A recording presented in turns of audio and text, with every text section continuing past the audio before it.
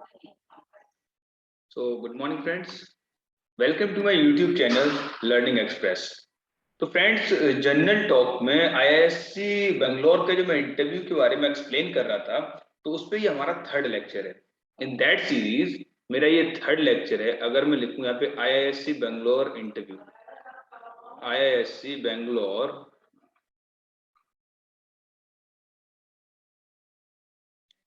Interview, तो इस पे है ये हमारा third lecture. Okay, IISc Bangalore पे ये हमारा थर्ड लेक्चर। तो फिर लास्ट लेक्चर तक जो मैंने एक्सप्लेन किया था, या लास्ट वाला जो सेशन था वहां तक जो मैंने एक्सप्लेन किया था, वो मैं आपको बताया था कि मेरे ऊपर जो उनका फर्स्ट क्वेश्चन था, मुझसे जो उनका फर्स्ट क्वेश्चन था, जो असिस्टेंट प्रोफेसर ने मुझसे पूछा था, वो था define your BTech project, can you tell me something about your BTech project. Actually देखने में समथिंग होता है, लेकिन इसमें वो एवरीथिंग पूछने की कोशिश करते हैं। Tell me something about your BTech project, ये वो बोला था आपको कि इस क्वेश्चन का मैं एक्सप्लेनेशन दे रहा हूं आपको कि रेडी कैसे करना है। एग्जैक्टली मैंने उनको क्या आंसर किया, ठीक है, वो अभी मैं नहीं बताया हूं आपको, लेकिन क्या क्या हम एस्पेक्ट सोच सकते हैं आपके बेटरमेंट के लिए मैं एक्सप्लेन कर रहा हूं। ओके, तो बीटेक प्रोजेक्ट, तो लास्ट वीडियो तक मैंने बनाया कि आपको क्या क्या करना है अगर बीटेक प्रोजेक्ट को एक्सप्लेन करना है। तो इसके लिए आपके पास कौन कौन से एनालिसिस होने चाहिए, उसकी रिपोर्ट आपके पास होनी चाहिए, क्योंकि बीटेक प्रोजेक्ट में आपने एक रिपोर्ट की होती है। जब हम बीटेक प्रोजेक्ट करते हैं तो इसका इंपॉर्टेंस क्या है, ये मैं आपको बताया था कि हम सबसे पहली बात तो ये है कि बीटेक प्रोजेक्ट हमारे पूरे बीटेक का निचोड़ होता है, कंक्लूजन होता है, और लगभग 1 से लेकर 1.5 साल तक का इसमें वर्क एक्सपीरियंस होता है। इसलिए यहाँ रिपोर्ट एंड कुछ प्रैक्टिकल वर्क हम करते हैं। तो रिपोर्ट कैसे रेडी करते हैं, क्या क्या एनालिसिस होते हैं रिपोर्ट के वाइड में, ये मैं आपको एक्सप्लेन किया लास्ट वीडियो में। अब हम कुछ हार्डवेयर या सॉफ्टवेयर का जो हमने काम किया होता है, उस पे बेसिकली क्या होता है ना, जो हार्डवेयर या जो सॉफ्टवेयर पे हमने काम किया होता है, ये इसके इतने डेप्थ में कभी नहीं घुसते। ठीक है, कभी भी इनका मोटिव ये नहीं होता कि हम पूरा इनसे हार्डवेयर का एक्सप्लेनेशन या सॉफ्टवेयर में प्रॉपर हम कोड एक्सप्लेन करवाएं, ऐसा इनका कोई मोटिव नहीं होता है। ठीक है, तो रिपोर्ट में मैंने आपको बता दिया था कि आपको पढ़ना क्या है, रिसर्च पेपर्स पढ़ने हैं। रिसर्च पेपर का प्रॉपर जो फॉर्मेट होता है, तुम्हारे प्रोजेक्ट का एब्स्ट्रैक्ट या रिसर्च पेपर का किसी का एब्स्ट्रैक्ट क्या होता है, एब्स्ट्रैक्ट के बाद number of steps, work done, history, और क्या क्या उसमें अपने रेफरेंसेस लिए होते हैं, इन सबका एक्सप्लेन मैं किया था। अब हार्डवेयर सॉफ्टवेयर जैसे मैं बता दूं आपको, तो उनका ये मोटिव कभी नहीं होता कि आपको पूरा नॉलेज होनी चाहिए, पूरे हार्डवेयर की नॉलेज होनी चाहिए या पूरे सॉफ्टवेयर कोड की नॉलेज होनी चाहिए। ठीक है, जैसे मेरे केस में क्या था, मैं हार्डवेयर एफपीजीए यूज किया था, एंड जो हमारा कोड था वो वेरिलॉग में मैंने सॉफ्टवेयर पे कोड किया था। अब ये कोड इतना लेंदी था, ये कोड इतना लेंदी था कि इसे पूरा स्टेप बाय स्टेप फिर से लिखना, या कैसे वो पूछेंगे ऐसा कुछ एक्सपेक्ट नहीं किया था ना। ये these things are not expected from these people. वो ऐसी चीज पूछेंगे भी नहीं कि आप पूरा वेरिलॉग का कोड एक्सप्लेन करो। हाँ, ऐसा कभी कभी हो सकता है कि किसी पर्टिकुलर मॉड्यूल के लिए आपको थोड़ा बहुत आइडिया ले सकते हो, या बेसिक वेरिलॉग का ही डायरेक्ट आइडिया ले सकते हो सकता है अगर प्रोफेसर को इंटरेस्ट हुआ तो आपको आइडिया ऑफ वेरिलॉग ले सकते हैं, लिटिल बिट, मतलब कोड का लिटिल बिट आइडिया ले सकते हैं आपसे। हार्डवेयर आपने जो यूज किया उसकी थोड़ी डिटेलिंग ज्यादा करवा सकते हैं। ओके, तो जो हार्डवेयर यूज किया उसकी डिटेलिंग थोड़ा सा ज्यादा करवा सकते हैं। तो रेडी किसके लिए रहना हमें, हार्डवेयर डिटेलिंग के लिए, हार्डवेयर डिटेलिंग के लिए। क्योंकि हार्डवेयर बेसिकली इलेक्ट्रॉनिक इलेक्ट्रिकल ये हुए ना, इनका कैसे मेन वर्क जो होता है वो हार्डवेयर पे रहता है, और ये हार्डवेयर को थियोरेटिकली पढ़े भी होते हैं ये लोग, हार्डवेयर एनालिसिस। तो ये एक्सपेक्ट किया जा सकता है कि आप एफपीजीए के बारे में क्या क्या जानते हैं, एफपीजीए किस किस तरह से बना होता है, क्या क्या उसमें पोर्ट्स होते हैं, डिफरेंट पोर्ट्स क्या हैं, पावर सप्लाई कैसे देते हैं, एलईडीज वगैरह क्या होती हैं, 7 सेगमेंट डिस्प्ले क्या होता है, डिफरेंट स्विचेस कैसे यूज होते हैं। तो इससे रिलेटेड क्वेश्चंस बन सकते हैं, इससे रिलेटेड क्वेश्चंस बन सकते हैं, और वो पूछ भी सकते हैं जो हम हार्डवेयर यूज कर रहे हैं। In my case it was FPGA, ये और कुछ भी हो सकता है, कोई ऑर्डिनो यूज कर सकता है अपने प्रोग्राम में, ठीक है, कोई रास्पबेरी पाई वगैरह यूज कर सकता है अगर उसका थोड़ा वैसा प्रोजेक्ट हुआ, नहीं तो कोई और सेंसर्स यूज कर सकता है। ओके, सेंसर्स यूज कर सकता है कोई, सेंसर्स है, मोटर्स हैं, ठीक है। तो काफी ऐसे डिवाइसेस इनको यूज किया जा सकता है हार्डवेयर के तौर पे, और फिर उनको वे पूछ सकते हैं। मैंने कहा उसके लिए रेडी रहना होता है, ठीक है। तो मुझसे क्या पूछा, अब मैं बता दूं उनका मोटिव क्या होता है।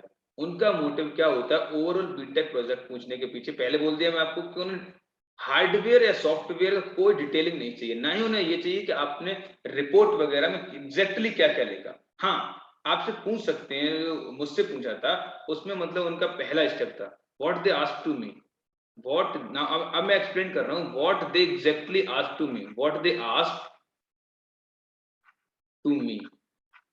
जब उन्होंने बोला what is about BTech project, तब उनका पहला क्वेश्चन ये था एब्स्ट्रैक्ट के बताओ, abstract what was their top, what was your project abstract.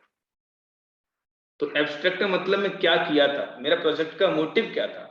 अगर आपको मोटिव एक्सप्लेन करना है तो एब्स्ट्रैक्ट थोड़ा बहुत एक्सप्लेन करना है उन्हें। उसके बाद सेकंड उनका पूछा कि what was the problem, what was the problem, what was the problem you tried to eliminate, you tried to eliminate. वो कौन सी प्रॉब्लम थी जिसे आपने दूर करने की कोशिश की।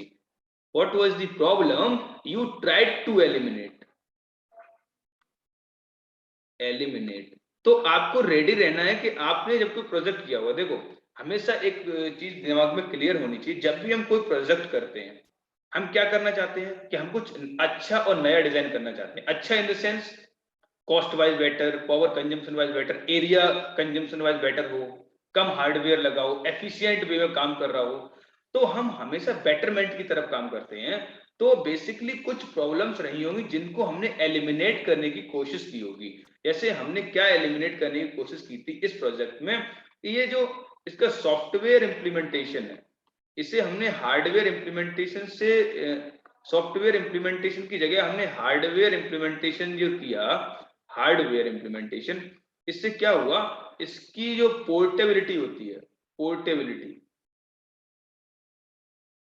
पोर्टेबिलिटी मतलब इसको एक दूसरे जगह पे इजीली ट्रांसफरेबल बनाया जा सकता है।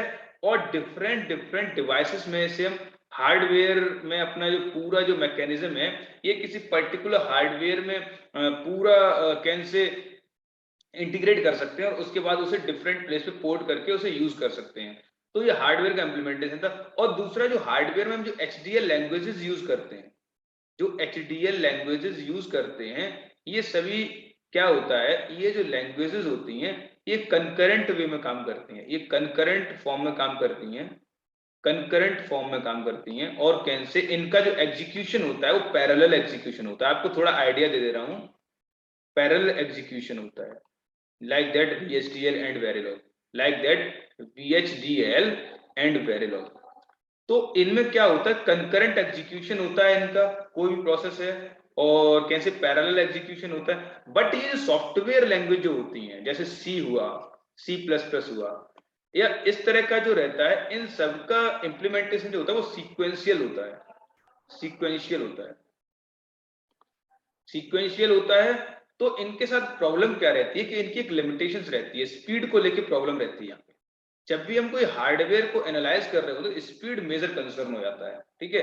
तो जब भी हम कोई सीक्वेंशियल लैंग्वेज यूज कर रहे हैं तो वहां पे स्पीड एक कंसर्न हो जाएगी, because second step will be executed after completion of first step and third step will be execute after completion of first and second steps, ये रहता है। बट VHDL एंड Verilog जो कि कंकरेंट लैंग्वेजेस है, concurrent implementation होता है, इसमें execution होता है, तो इन यहाँ से स्पीड अच्छी मिलती है। तो हार्डवेयर पे एग्जीक्यूट करने का मेरा मोटिव था HDL लैंग्वेज को यूज करना, और वहां से अच्छी स्पीड के साथ अपने इस इंप्लीमेंट क्या बोलते हैं एनक्रिप्शन टेक्नोलॉजी को हम यूज कर सकते हैं एंड इसे पोर्टेबल बना सकते हैं, ठीक है। तो ये समहाउ कैसे ये प्रॉब्लम थी जो हमने से एलिमिनेट करने की कोशिश कर रहे थे, ठीक है। तो क्योंकि ऐसी कोशिश की जा चुकी है, हम उसे ट्राई कर रहे थे कि हम उसे कैसे इंप्लीमेंट कर पाए। तो ये क्वेश्चन था मुझसे, एब्स्ट्रैक्ट थोड़ा बहुत आइडिया एक्सप्लेन करो फिर, what was the problem you tried to eliminate, ठीक है, ये सेकंड क्वेश्चन। फिर थर्ड क्वेश्चन उनका था what exactly you have done. Third question था, third question was third question was what work you have done, what work you have done exactly, you have done exactly। तो मतलब आपका काम क्या था एग्जैक्टली। तो देखो इस जगह पे क्या होता है, प्रॉब्लम्स आती है स्टूडेंट्स के साथ। इस जगह पे जैसे मेरे भी साथ प्रॉब्लम आई थी भाई। प्रॉब्लम क्या है, देखो सीधे सीधे बता रहा हूँ आपको। प्रॉब्लम यहाँ पे क्या आती है स्टूडेंट्स के साथ, और जो कि मेरे भी साथ आई थी। क्या होता है कि ये जो प्रोजेक्ट्स होते हैं ना, ग्रुप प्रोजेक्ट्स होते हैं। अब क्योंकि ये ग्रुप प्रोजेक्ट्स होते हैं तो हम सभी लोग इक्वली सीरियस नहीं होते हैं, और वैसे भी ये बीटेक के थर्ड ईयर में स्टार्ट होता है। मैं तो इनफैक्ट कहूंगा कि मैं इतना सीरियस नहीं था इस प्रोजेक्ट को लेकर। तो अब प्रॉब्लम कहाँ पे आई, प्रॉब्लम आती है हमें कोडिंग वाले पार्ट को एग्जीक्यूट करने में और रिमेम्बर रखने में। अब क्यों नहीं कर सकते इसे, क्योंकि इतनी बड़ी कोडिंग अपने एंड से कोई नहीं करता है। इसमें काफी हेल्प ली थी मैंने भी, इंटरनेट की हेल्प ली थी, ठीक है। तो कोडिंग में क्योंकि हमने इंटरनेट की हेल्प ली थी, फ्रेंड्स की हेल्प ली थी, इंटरनेट की हेल्प ली थी, ऑलरेडी पब्लिश्ड पेपर्स की हेल्प ली थी जहां पे कोडिंग एक्सप्लेन की हुई थी, published paper, already published paper जो थे उनकी हेल्प ली थी। तो इस तरह से हुआ क्या कि कोडिंग वाला पार्ट एक कमजोरी बन जाता है। तो फिर तो जब उन्होंने पूछा कि what exactly you have done, तो क्योंकि मेरा जो ग्रुप था वो 4 लोगों का ग्रुप था, जिसमें एक ऑलरेडी स्टूडेंट जा चुका था, 3 लोग रह गए थे। अब यहाँ पे प्रॉब्लम आई कि मैंने एग्जैक्टली वो क्या किया था। सच बताऊं तो कोडिंग मैंने की नहीं थी, ठीक है। कोडिंग मेरे फ्रेंड ने पूरी लिखी थी, चाहे वो उसने इंटरनेट रिसोर्सेज वगैरह कलेक्ट की हो। मेरे पास तो पूरा एक रिसोर्स आया था, एक पेपर आया था पब्लिश हुआ हुआ, कि उसमें कोडिंग इस तरह से दी हुई है और उस कोडिंग को अंडरस्टैंड करना था। तो मेरा काम था उस कोडिंग को अंडरस्टैंड किया और ग्रुप मेंबर्स के साथ डिस्कस किया। तो मेरा प्रॉब्लम यहाँ पे क्या है कि मैंने कोडिंग की नहीं है, और अगर मैं, मेरा मेनली तो वेरिलो कोड ही था पूरा प्रोग्राम में, तो मैं ये बोल नहीं सकता था कि सर मैंने कोडिंग की है, क्योंकि अगर मैं बोलता हो सकता है वो कुछ पूछ लिए तो मैंने की नहीं है, प्रॉब्लम हो जाती, और उतना एक्सप्लेन कर भी नहीं सकता था। आफ्टर डूइंग एनालिसिस और research papers you can not do mastery. आप उन्हें इतना एक्सप्लेन कर ही नहीं सकते कोडिंग अगर वो थोड़ा सा भी डेप्थ में चले गए, क्योंकि आपने सिंपली रिसर्च पेपर देखा है कि इस तरह से कोडिंग लिखी हुई है, कैन से पूरा आपने नकल किया हुआ है, इतना कोडिंग लिखी हुई है। अब मुझे क्या बताना था वहां पे, तो यहाँ पे इस प्रॉब्लम को एलिमिनेट करने के लिए मैंने क्या किया, मैंने अपने आप को केवल थियोरेटिकल वर्क के लिए बताया। सिंपली आई सेड, और ये करना भी चाहिए स्टूडेंट्स को, मैंने कहा sir simply I said it was the group of 3 peoples where I worked on the theoretical analysis of this particular project.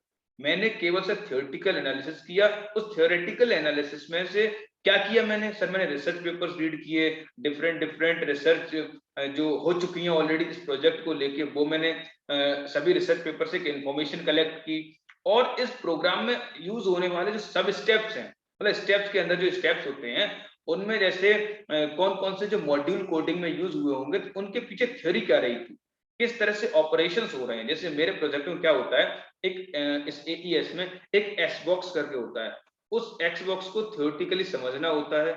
उस एक्स बॉक्स से कुछ ट्रांसफॉर्मेशन होते हैं जिन्हें सब बाइट बोलते हैं, कुछ ट्रांसफॉर्मेशंस होते हैं जिन्हें सब्स्टिट्यूशन बाइट बोलते हैं या बाइट सब्स्टिट्यूशन बोलते हैं, ठीक है, सब्स्टिट्यूशन बाइट। और इसके बाद मिक्स कॉलम होता है, एड राउंड की होता है। तो ये ऑपरेशंस का मेरे पास थ्योरेटिकल एनालिसिस था। जब मैंने कहा थ्योरेटिकल अगर एनालिसिस है मेरे पास, तो क्यों ना मुझे इससे ही अपना टूल बनाना चाहिए एक्सप्लेन करने के लिए in front of professor. Sir मैंने अपना थियोरेटिकल एनालिसिस किया, और इस थियोरेटिकल एनालिसिस को मैंने अपने ग्रुप में डिस्कस किया, और इस थियोरेटिकल एनालिसिस के लिए मैंने डिफरेंट रिसर्च पेपर्स को एनालाइज किया या रीड किया। तो कम से कम प्रोफेसर को ये लगेगा हाँ इसने कुछ किया है, ये मतलब आइडियल ऐसे ही ऐसा आइडियल सेटिंग नहीं रही है इसकी, कुछ तो इसने काम किया है। तो अगर आपको एग्जैक्टली कोड का आइडिया नहीं है, ऐसा मैक्सिमम स्टूडेंट्स के साथ होता है, they were not seriously executed it और not they have not done this project seriously. So उन्हें अपना कुछ एक पार्ट कवर करना होता है जिसको वो बता सके प्रोफेसर को कि मैंने सर इस पर्टिकुलर जोन में काम किया, ठीक है। तो मैंने यहाँ पे बताया कि मैंने डिफरेंट रिसर्च पेपर्स वगैरह पढ़े थे और इसका थ्योरेटिकल एनालिसिस मेरा पार्ट था, कोड किसी ने किया था, बाकी हम लोग म्यूचुअली इसको अंडरस्टैंड किए थे प्रोजेक्ट को, और फिर ट्राइड टू एग्जीक्यूटेड इट, ठीक है। तो इस तरह से मैंने ट्राई किया एक्सप्लेन करने का। तो उन्होंने बोला कि व्हाट न्यू यू इन्वेंटेड, मतलब आपने ऐसा क्या किया कि क्या आपने न्यू ट्राई करने की कोशिश की, इसमें आपको न्यू क्या मिला, what new you have tried. उसने अगला क्वेश्चन था, उनका अगला क्वेश्चन था these things are already done. अब तो यहाँ पे these things are already done, these things are already done, then what new you tried to do, then what new you tried to do, आपने क्या नया करने की कोशिश की। ये क्वेश्चन मैं सच बता रहा हूं, मैं तो हिल गया था थोड़ी देर के लिए, क्योंकि अब देखो इतना एक्सप्लेन किया, इतनी अपनी अंडरस्टैंडिंग दिखा दी अब तक के डिस्कशन में, पूरा एकदम अपना इंटेलिजेंस शो कर दिया था हमने। अब जाके जब बात ये आ गई कि आपने नया क्या किया, भाई सच बात तो ये थे नया कुछ नहीं किया था, हम रिसर्च पेपर पढ़े थे जो कि ऑलरेडी किसी ने पब्लिश किए थे, ठीक है, हमने रिसर्च पेपर पढ़े थे जो कि ऑलरेडी किसी ने पब्लिश किए हुए थे। और क्या हुआ था, सेकंड थिंग, मैंने किसी का कोड इधर उधर से करके पेपर जो पब्लिश थे वहां से कोड निकाला था, वो भी किसी और ने लिखा था। अब हमारा कुछ नया क्या था इसमें, भाई नया करने के लिए तो आपको प्रॉपर रिसर्च के साथ साथ कुछ नया और सोचना होता है, उसे इम्प्लीमेंट कराना होता है। हमारे लिए इस केस में कुछ नया सोचने की तो बात दूर रही, हम तो इसी को एग्जीक्यूट नहीं कर पा रहे थे सही से। जिस समय हमने बीटेक प्रोजेक्ट किया था उस समय मेरे लिए एग्जैक्टली इसे ही एग्जीक्यूट करना मुश्किल हो रहा था, इस कोड को अंडरस्टैंड करना मुश्किल हो रहा था, रिसर्च पेपर से एनालाइज करके चीजों को थ्योरेटिकली समझना ही मुश्किल हो रहा था, तो नया सोचने की तो बात ही दूर है। अब इस क्वेश्चन को कैसे आंसर देना, तो मैंने तो स्मार्टली उन्हें ये आंसर दिया, सर हमने इसको ट्राई किया कि एग्जीक्यूट करें, सब कुछ किया, कोड अंडरस्टैंड किया, और सर जो बेसिकली प्रॉब्लम क्या हो सकती है एईएस के साथ, एईएस जो हमारी टेक्नोलॉजी थी इसमें जो जो रेपिटेशन ऑफ स्टेप्स होता है ना, ये सर एक तरह से एक ही फैशन में होता है, एक ही फैशन, वो आपको एग्जैक्टली अभी समझ नहीं आएगा मैं क्या बात कर रहा हूँ।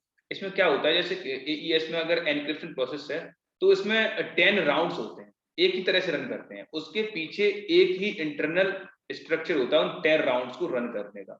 मैंने कहा सर अगर किसी तरह से हैकर को किसी एक राउंड का थोड़ा बहुत आइडिया भी लग गया ना, तो पूरी हमारी एनक्रिप्शन प्रोसेस को हैक कर ले जाएगा, क्योंकि हमारे all 10 rounds are running identically.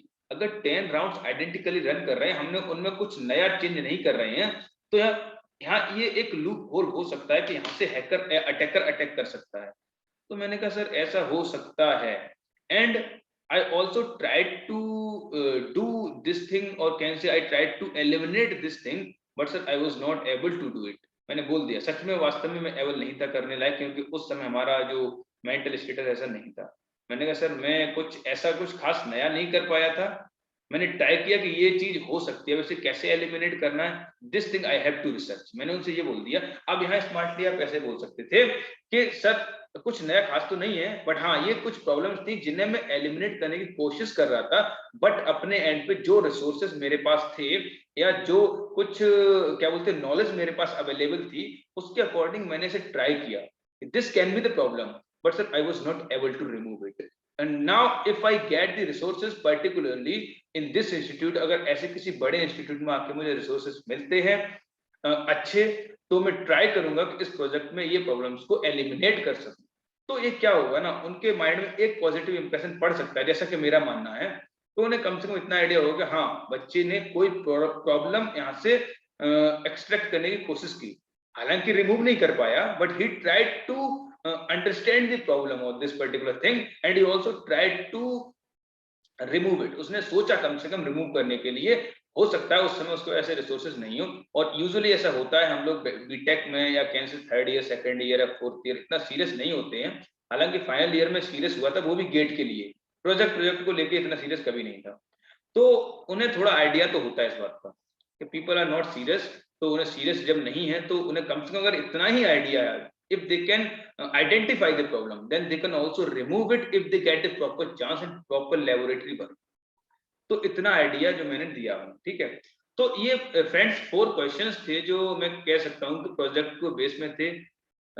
देखो मैं बता दूं एक बार फिर से आपको ये क्वेश्चंस मैं देख लेता हूँ।